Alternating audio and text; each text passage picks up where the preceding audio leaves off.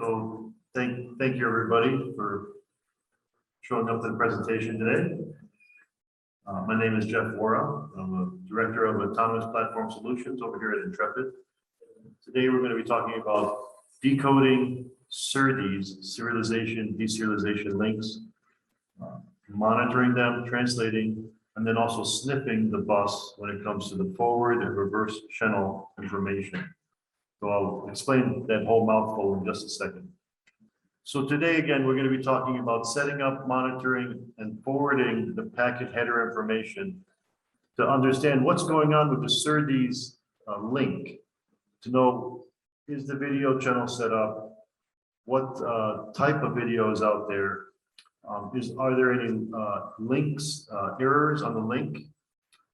We'll also be showing how to pull off a live view of the SerDes link while simultaneously recording the raw pixels. We also give the user, why I'm showing this is we give the user the flexibility to create what if scenarios. Like what if your camera power got browned out or turned off? Will your system react to that and bring the image back up for you? Things like there are times where you can actually change a calibration on an imager and actually damage or mess up the way that the data is coming back to the controller. So you can check your effects of your imager changes on the fly as well, being able to access that I2C communications bus, what we call the back channel. So again, I'll deep dive into this technology in just a little bit. And all of this is possible without having to recompile, say, Linux code. So a lot of times when you're working with camera technology with SerDes, you're working in a Linux environment. But I want to show you as a man in the middle, a tap of the SerDes link, we're able to monitor, transmit, and receive and interpret those messages a lot simpler for you using the same functionality that you've been used to using, function blocks, core mini, graphics panels. So let's get started. Of course, we've seen this slide before, and we've seen a couple of these slides before, but this is a new slide right now, talking about the serialization and deserialization. So we need to kind of go through a little bit of an overview of what does it really mean?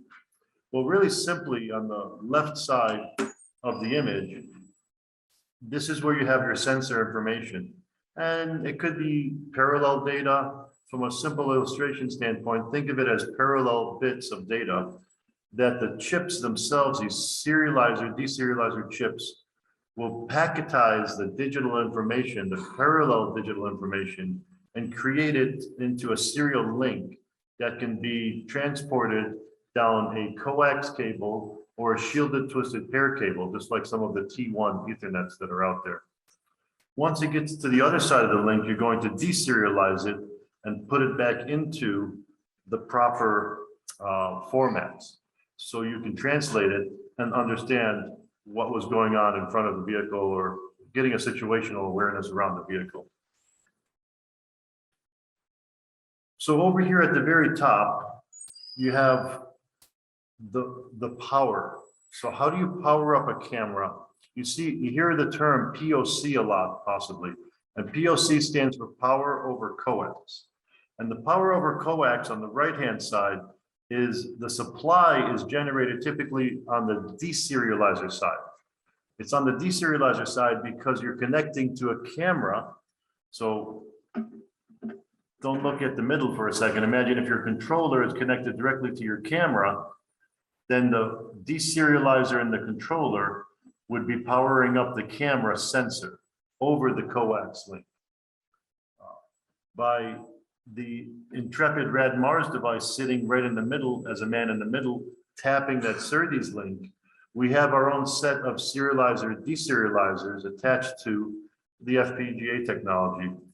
And within the Rad Mars, we can actually pass through the power from the controller, or we can generate the power ourselves. And that's one of the very first points is I can generate the power myself. I can change and have a variable power. So if I'm reading in 12 volts coming in, I could give 9 volts to the battery or 8 volts and see what happens to the camera. So that's what I typically say as a brownout scenario. So we could turn the power off, turn it back on, and see if the camera reacts, gets its addressing, gets its configuration information. In the middle line right here is what we're calling the forward channel.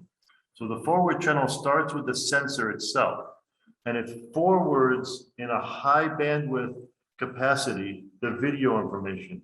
And typically on these SerDes links, it's the raw pixels coming out. So you hear things like pixel format of YUV, 422, things like that. That is the pixel format that the imager is collecting the digital information on. And it's basically telling you the number of bits, the digital representation of the number of bits per pixel. So for one pixel on your screen, you could have up to 16 bits of information when it comes to color and chroma. And chroma is the intensity of that pixel. So that's where, when we start talking about large amounts of data, this is how that data starts stacking up when we talk about uncompressed video information. So the forward channel is the information where it does have that high bandwidth data. Now the back channel on the second green line at the bottom, this typically is a bidirectional communication. So the camera can talk to the controller and the controller can talk to the camera in both directions. Typically how this is used is the controller can tell the camera over the back channel to turn on or off what's called GPIO, general purpose IO, input output. So essentially within the SerDes chips themselves, there's three different communication protocols or buses, so to say. You've got the actual SerDes link, sending the video, receiving the video. You've got the back channel, which typically holds the I2C information. And also on that back channel, you have something called GPIO. So the controller can communicate to the camera and tell it to turn on and off a GPIO. And within the camera itself, that could be tied to a reset or a hold. So now you can tell the camera to come out of reset, and you can programmatically get the information out of the camera in a deterministic fashion, deterministic way. The back channel can also be used to communicate synchronization. So there's a few different synchronization modes. There's internal synchronization, external, as well as synchronous and non-synchronous modes, as well as the different speed modes as well. Further down the link or down in the picture, we're showing that the RadMars device can be connected over USB type 3, and you can get some visualization information. We've got GNSS or GPS location information coming in through an external antenna. You can visualize the SerDes link image itself. You can time sync to other devices, Intrepid devices, decode and monitor each of the bus or network interface, and also play with the register settings like I was talking about earlier. And one of the new features we did is we added a sniffing capabilities to be able to look at what's going on the back channel communication that goes across the RadMars device. And if you look at the industry, this is, I want to say, an industry first. Why is it an industry first? Because you've got tool vendors out there that will sell you a tool that will transmit over I2C, or they will sell you a tool that will sniff the I2C, but they don't have a tool that will do both. So RadMars is a very unique device because it can do both. It can read, it can write, it can sniff the bus. Of course, coming into the RadMars is also CAN and other Ethernet sensors, and coming out is a 10 gig port that we can visualize the raw camera stream through RTSP streaming protocol. We've got dual hardware access. So this is very interesting. You guys might be aware of the Neovi Explorer server setting. So this means that I can have Vehicle Spy Enterprise running on one laptop and also connect through the device through another Ethernet port and have Vehicle Spy server running on the RadMars device, connecting to another Vehicle Spy instance on a different laptop, also getting data from the device. We have to be mindful to how much bandwidth each of the outputs would be doing. But this gives you just the capabilities to show you that we can have another laptop with that dual access, showing things like signal plotters or transmit or graphics panels. So the idea is to try to get as much data from the hardware as possible to give you a good set of situational awareness around that vehicle. So now I start deep diving into the technology and how to really set up the hardware interface. And I come over here and I show a little bit of the various formats. So we've got our own Intrepid controls pattern generator that comes right out of our FPGA and goes into the serializer chips or deserializer chips, depending on which way we're bringing the data in. Typically would come out of the FPGA, go into the serializer chip over, say, a CSI2 interface. That comes out of the serializer, and in a simple experiment that I'm showing later on in the slides, we're feeding that right back into the deserializer input. That will then translate that over the CSI interface back to the FPGA. So when we run this scenario, we can do some I don't know, I like to call it pixel magic, so to say. I'm going to be showing some color bars in just a little bit. But the idea that I want to illustrate here is that we have control over the transmit and receive speeds over that CSI2 interface. So we can match what's in the sensor itself. So if you've got a camera running at 400 megabits a second, we can match that transmit speed here. The idea is we have to be a little bit faster than the speed of the sensor itself. So obviously, if the sensor is at 800 and I'm over here in my test equipment at 400, that would not work. So I have to be higher or equal speed as the CSI link that would be in the sensing device itself. Next, we got the variable power over coax information. So that's showing that information underneath these links themselves. And then underneath that, now we start getting into the channel configurations. So we can enable a channel or disable a channel, and we can enable what's called the RTSP RTP stream for that specific camera. And then we have 46 different pixel formats. At one time, it used to be 39. We've added a few with a couple of new customer acquisitions. But you can see that YUV format that I was talking about, and you can see the fun that we have with that. So there's a YUY, a YVYU, and a UYVY. Anyways, you guys get the point. We're changing the different pixels in all of these different formats, and there's 8-bit and 12-bit pixel depths. So this means a number of pixels that will be represented by the digital bits across the SerDes link itself. So to add the RTSP reporting, you actually go underneath the Ethernet interface and enable the TCP/IP stack.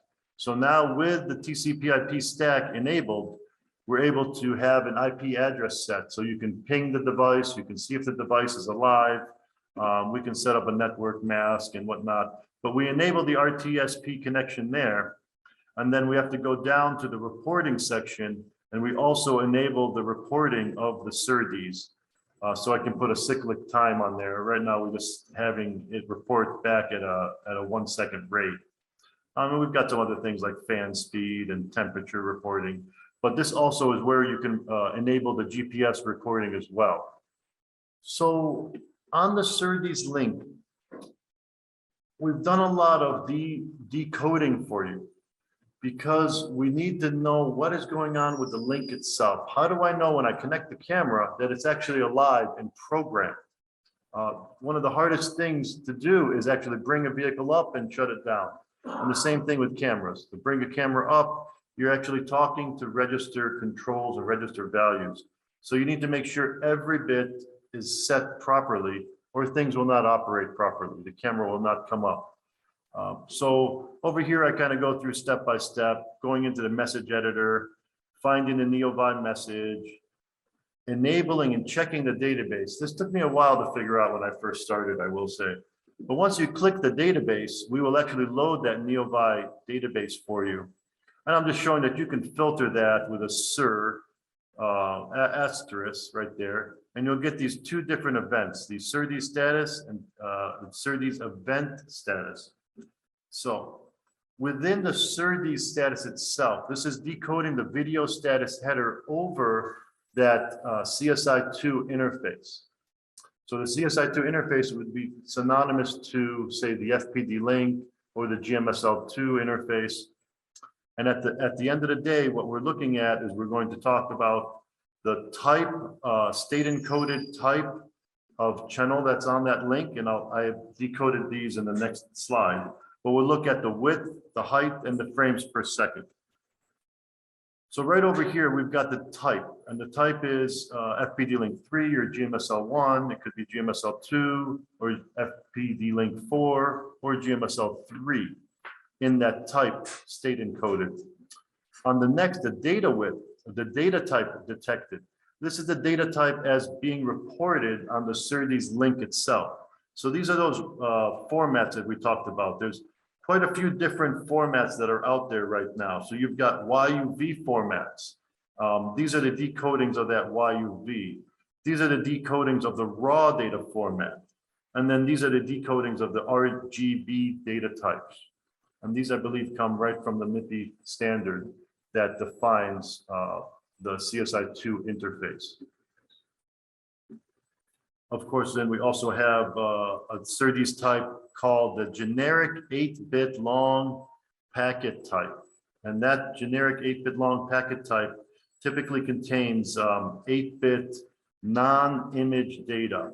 This has taken us for a loop in one of our projects lately. So with every frame that we see out there, there's embedded data that you can actually store from the imager itself. So if you don't have your image sensor processor, your ISP, embedded in the camera, you have to get that imager information from the imager across the backchannel link to your ISP to get a little bit better information about what is the brightness, what is the contrast, what are some of the things that the imager only knows that needs to communicate to a separate external image sensor processor. So now you're bringing up a link and you're wondering if the link is working 100%. Well, we have we decode the error events that are occurring on the high-speed link through the SERDES event status header. And that SERDES event status is defined right there. And since we're actually tapping the SERDES link, we're creating a man in the middle. We can decode what's coming in from the deserializer side. Once you figure out what's going on the deserializer side, if we transmit something going out to the ECU, the controller, we would need to check the error registers on the deserializer side of the controller to make sure we're sending the information properly. And through some scripted commands, we can actually do that as well. We can take the information and look at some register values to see what the controller thinks the link, if the link is happy or not at the end of the day. So this is a decoding of that event handler. And you have on the left-hand side, the transmit state error coding, and then on the right-hand side, the receive state error codings. So this tells you if you've got buffer overflows, if there's a speed setter error, a speed setting error, or if there's might be a power over coax error, a transmitter reset. This is also a good one that took us for a little bit of a loop and one of the technologies. And also the receive status as well, if something was dropped in the data chain, in the data path. So we can do now this, get the information from the SERDES link, and then from the earlier presentations how we showed you with the gateway builder, or even just simple function blocks and application signals, we can translate that information from, say, a SERDES link into a CAN bus, or from an Ethernet bus into a CAN bus, or vice versa, of course. So I showed this as well, being able to record and forward traffic in the earlier presentation. So right here, I've got another little video, and now what I'm doing is I'm playing with the pixel imager information. And what we're doing is they've got the camera over here pointed to another device, and I through the core mini script right here, I'm changing the imager pixel type. So I'm telling the imager, give me the pixel in a UIUV, give me the pixels in a YUYV, give me the pixels in a VYUV. So all the 4 or 8 different pixel configurations within the YUV family, I'm just kind of cycling through. I believe I'm cycling through 3 of them. So in one state, you can see the boots are actually blue in the image, but really the boots are red. In another state, you see the boots are actually red. So that's actually the right configuration. And then the final state, you can see that we really messed them up and they're in a complete reversed, green kind of pink state.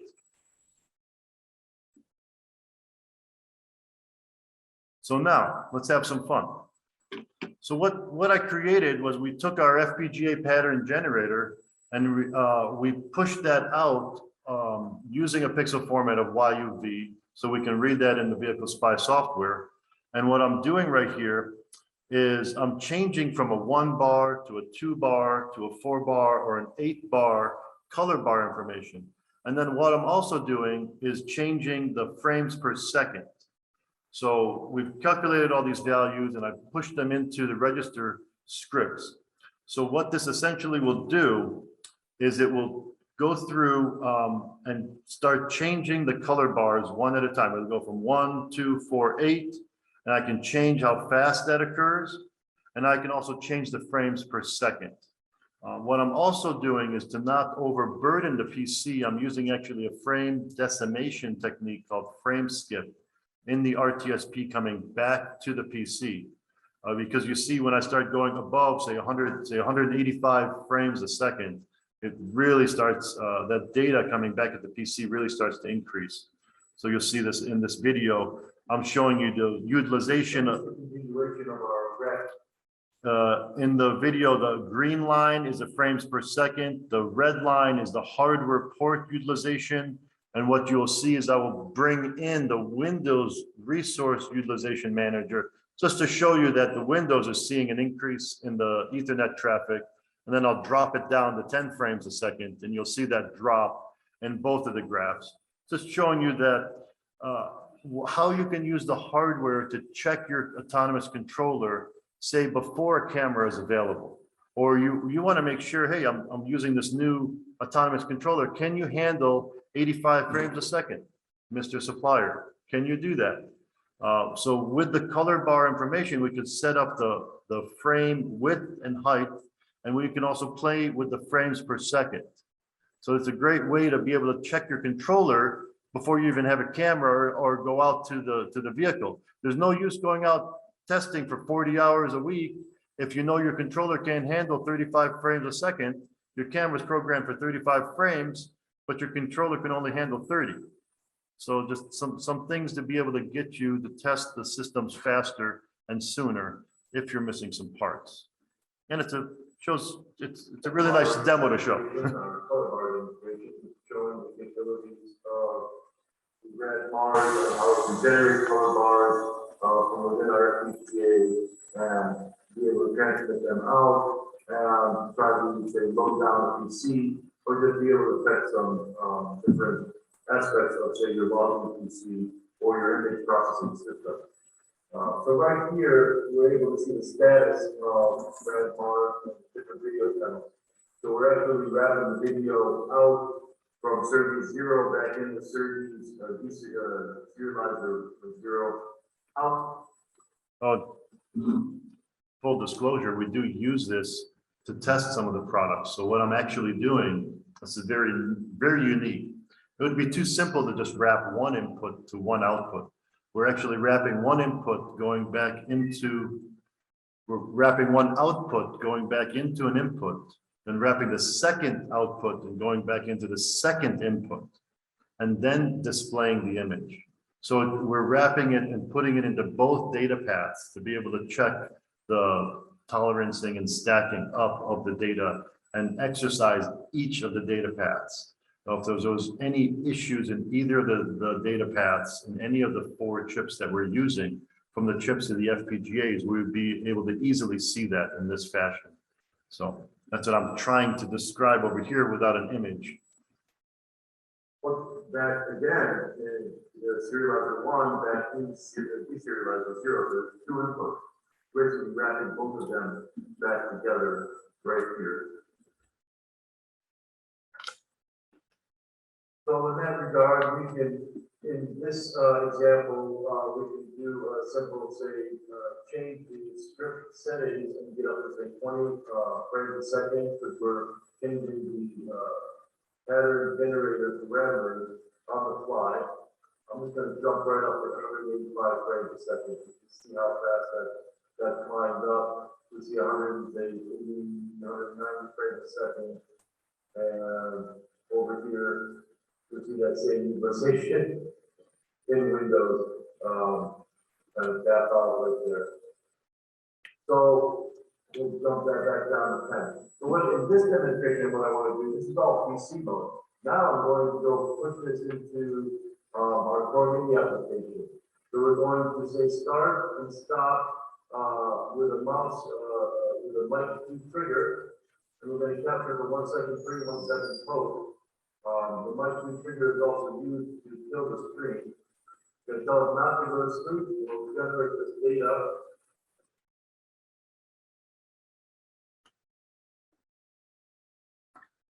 We'll clear the device, and we'll send the information down. So now this is going to be running in hardware. So now those commands to those 3D chips that we set up previously will be running right in the hardware. So I don't believe we're going to get up to 185 frames a second in the hardware. I do have a skip frame enabled over here on the IPSP. So I am cheating a little bit, but that is because the screen will overwhelm the PC so much that I actually have to kill the screen with the mic too. So I can do that here with a press, or we can actually use the mic 2 button press right here. So let's see what we can do. Right now we're set up over here on the bottom right. We're showing the hard drive indicator. We're showing the trigger indicator. Forming is loaded. Then this is the surgeon information. We're also showing 1 gigabit traffic. And I'm going to go to the A button to see the 1 gig traffic right there. We'll go back to the B button and we can see kind of what's going on. Maybe we will stay on the A and you can see the 1 gig traffic right there. So we'll change this to a 20 color bar, 20 frames a second. Oh, well, first we need to go back online. So now we'll go back online. And we can see our 10 frames a second. We'll change that to 20. Change it to 35, 60. Change it to 75 frames a second. Change it to 95 frames a second. You can see we are pretty maxed out. Keep going, see where it falls apart. 112 frames a second. 130. 150.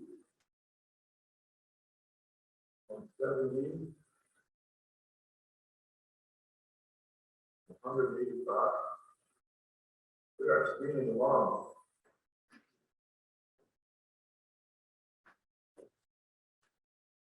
So that's the load on PC.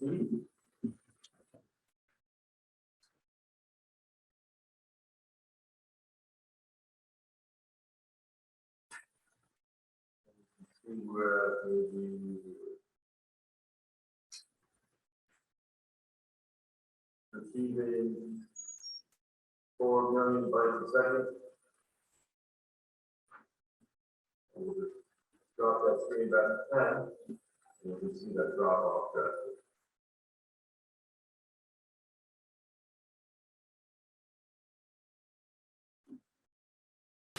That's the end of the presentation.